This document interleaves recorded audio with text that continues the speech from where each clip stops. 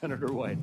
Thank you very much, Mr. Chairman. I've made it clear. I think that Secretary Kennedy is dead set on making it harder for children to get vaccines and that kids are going to die because of it.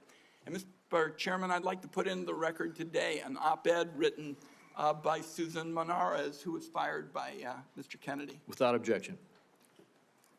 So what we know, and Dr. Monarez, was approved by Republicans. She wrote an op-ed today in the Wall Street Journal, which I've just put in the record, and I quote her. She said, "I was told to pre-approve the recommendations of a vaccine advisory panel newly filled with people who have publicly expressed anti-vaccine rhetoric." So this is not some liberal philosopher or something. This is the CDC director who tells the Wall Street Journal, which is not exactly interested in progressive, theories and the like, that she was told to pre-approve the recommendations of a vaccine advisory panel filled with people who've publicly expressed anti-vaccine rhetoric. So my first question, Mr. Secretary, is did you, in fact, do what Director Monarez said you did, which is tell her to just go along with vaccine recommendations, even if she didn't think such recommendations aligned with scientific evidence? That is no, I did not. That's a yes or no. So you have an opportunity to call her a liar if you say that you didn't do it, but I'd like to see you respond to this. No, I did not say that to her. And I never had a private meeting with her. So there are witnesses to every meeting that we have, and all of those witnesses will say, I never said that. So she's lying today to the American people in the Wall Street Journal? Yes, sir. Okay. Let's talk now about what's coming up, because I've made it clear what I've thought about the 203 days with my colleague, Senator Brooks. In 2 weeks, CDC's Advisory Committee on Immunization Practices will meet to make decisions about critical vaccines that protect us against hepatitis B, measles, and more. The committee's got a profound impact on vaccine access, but these aren't ordinary meetings. You've stacked the deck to ensure the panel bends to your views. In June, you fired all 17 committee members who are respected scientists and doctors. You replaced them with non-experts, vaccine skeptics, and conspiracy theorists. As a result, this critical advisory panel has lost scientific credibility. After years, colleagues, we spend so much time not looking at this as Democrats and Republicans, but as good science and scientific credibility. And now the American Academy of Pediatrics has warned that the committee is being politicized at the expense of children's health. American Academy of Pediatrics, you think they're lying too? I think the American Academy of Pediatrics is gravely conflicted. They get their biggest contributors are the 4 largest vaccine makers.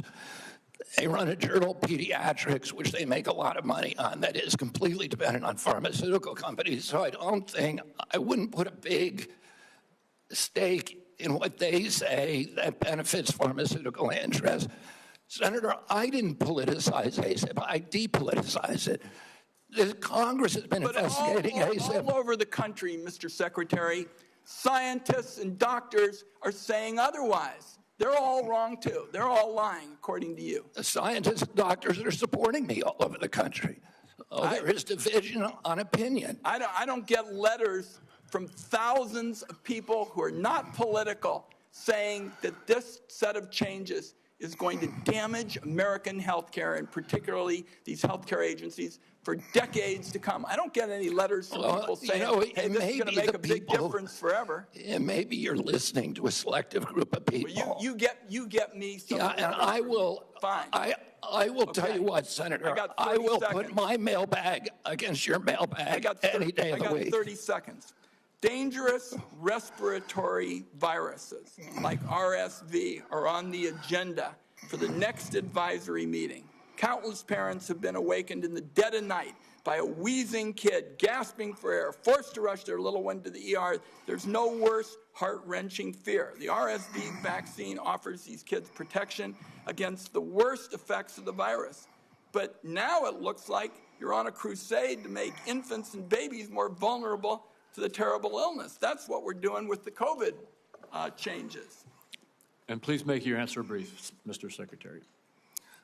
I've said that The position is indefensible. I think it's possible. Congress has been investigating that committee for 23 years because it is pervaded with conflicts of interest. What we did is we got rid of the conflicts of interest and we depoliticized it and put great scientists on it from a very diverse group. Let me close very pro-vaccine. Let me close with this because, like Senator Crapo, I'm a few seconds over. I don't think, Mr. Secretary, this is about you and me.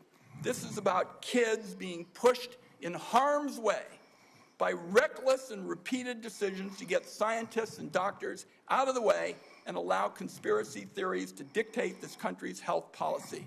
I don't see any evidence that you have any regrets about anything you've done or plans to change it. And my last comment is, I hope that you will tell the American people how many preventable child deaths are an acceptable sacrifice for enacting an agenda that I think is fundamentally cruel and defies common sense. Thank you, Mr. Chairman. Do I get a reply? Or Senator, you've sat in that chair for how long? 20, 25 years, while the chronic disease in our children went up to 76%. And you said nothing. You never asked the question why it's happening. Why is this happening? Today, for the first time in 20 years, we learned that infant mortality has increased in our country. It's not because I came in here. It's because of what happened during the Biden administration that we're going to end. I'm going to let Senator Wyden respond briefly to that, and then we're not going to go over like we just did. Defend this committee on a bipartisan basis. Colleagues, my cabinet secretary says that we have no interest in chronic care. Mr. Secretary, Mr. Chairman, could we have regular order, please? We are in the process of turning around the Medicare program with the chronic care bill that Chairman Hatch, when he was chairman in this committee, put together on a bipartisan basis. All right, we're going to proceed. And I just want the rest of the members to know, I gave Senator Wyden as ranking member some leeway there, but we're going to stick to the 5 minutes.